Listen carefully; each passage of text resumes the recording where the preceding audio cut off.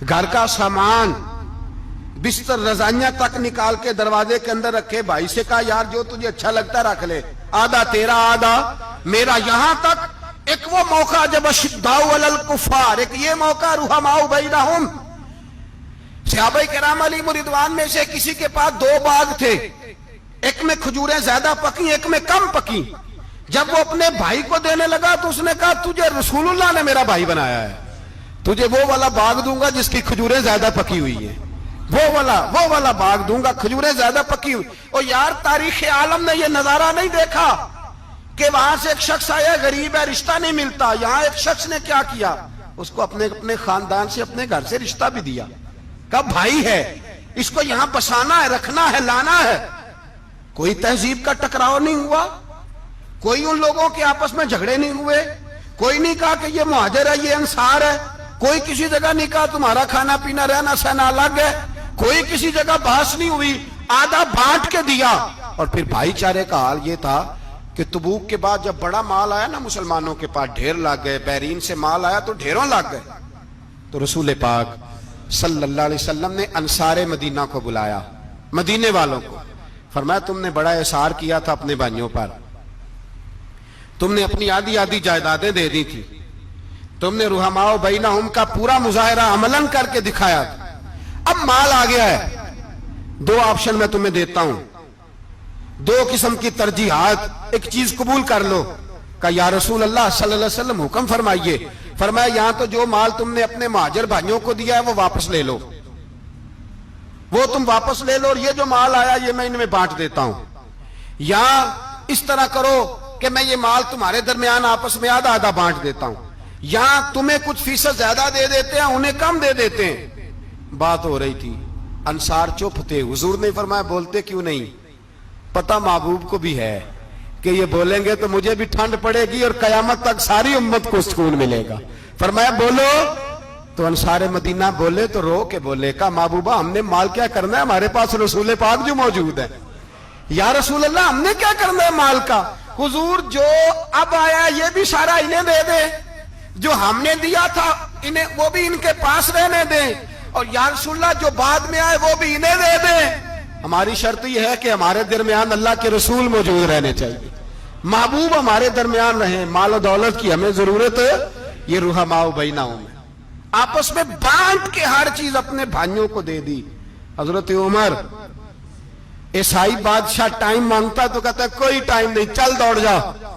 ملک شام جاتے ہیں, جب فتح ہوتے ہیں حضرت سعد بن ابی وقاص بلاتے ہیں, شام جاتے ہیں.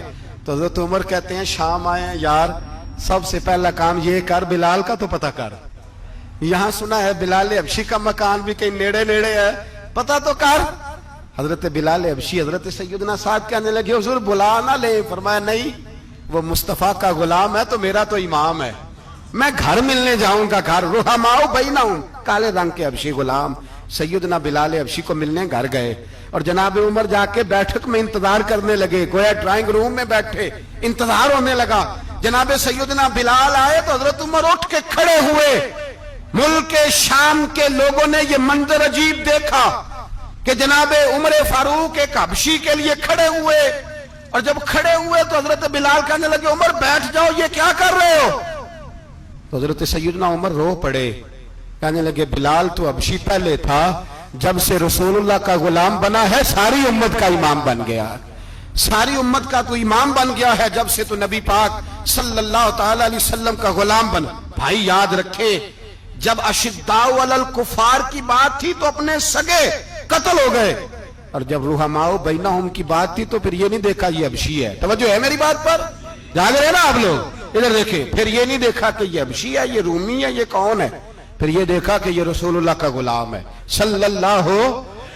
ہمارے ہاں تو نفرتیں پھیل گئی ہیں, وہ بس کرو جی بنگالیوں سے جان چھڑاؤ, وہ بس کرو جی فلانے سے, وہ بس کر یار, رہن سہن اپنا اپنا ہوتا ہے, لیکن مسلمان جس طرح کا بھی ہو اس کے ساتھ نفرت کرنے کی اجازت نہیں ہے.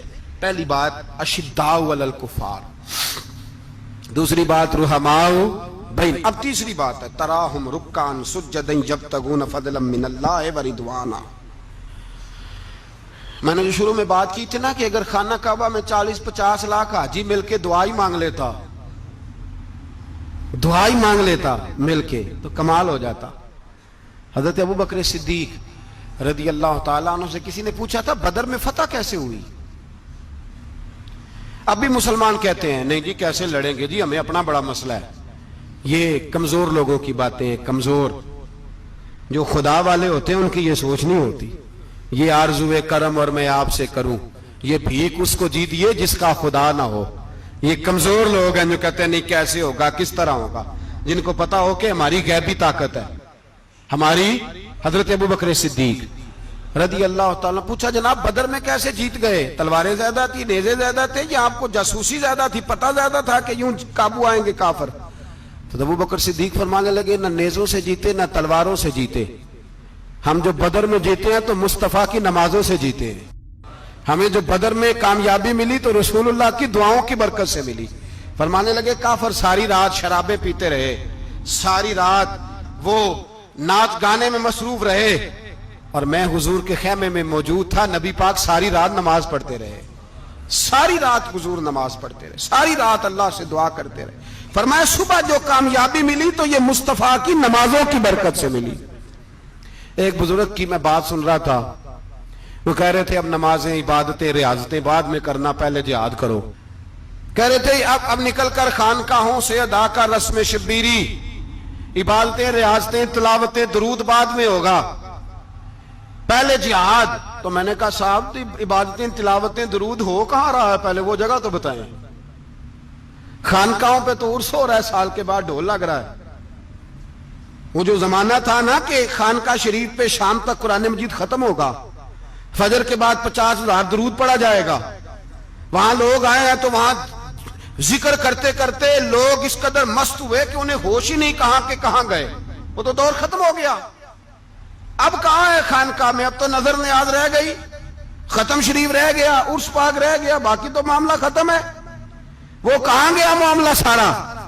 بھائی دعائیں التجائیں۔ شہاب الدین غوری سے پوچھا جناب فتح کیسے ہوئی؟ کہنے لگے خواجہ معین الدین اجمیری کی دعاؤں کی برکت سے۔ فرماتے ہیں بابا دعا مانگتا تھا، ہم جہاد کرتے تھے، اللہ کامیابی دے دیتا تھا۔ بھائی وہ عبادت، وہ ریاضت، وہ مسلمان جو رات کو اپنے رب کو منا لیا کرتا تھا، وہ اپنی عبادت کے زور پر اللہ تبارک و تعالیٰ کی بارگاہ میں آہو زاری۔ حضور نے فرمایا الدعاء صلاح المومن، دعا مومن کا ہتھیار ہے۔ دعا مومن کا، بول کے بتانا ہے، دعا مومن کا۔ فرمایا مومن یہ ہتھیار چلا سکتا ہے، یہ ہتھیار کافر کے پاس موجود ہے۔ حضرت زید بن حارثہ رضی اللہ تعالیٰ عنہ کو نہ پکڑ کے کچھ کافر ان کو پکڑ کے لے گئے تو ایک درخت کے ساتھ باندھ لیا، کہنے لگے تمہیں قتل کریں گے، حضور کے صحابی ہیں رضی اللہ تعالیٰ۔ جب کافر آپ کو قتل کرنے لگا نا تو انہوں نے درخت کے ساتھ اچھی طریقے سے ٹانگیں باندھ لی، ہاتھ باندھ لیے، گردن باندھ لی، کہنے لگا بلا اپنے رب کو۔ تو حضرت زید رضی اللہ تعالیٰ عنہ فرمانے لگے میں تو شہید ہونے کو تیار تھا، لیکن تو نے آزمانے کا پروگرام بنایا تو ٹھیک ہے، میں پھر بلانے لگا ہوں اپنے رب کی مدد کو۔ اے اللہ مدد فرما۔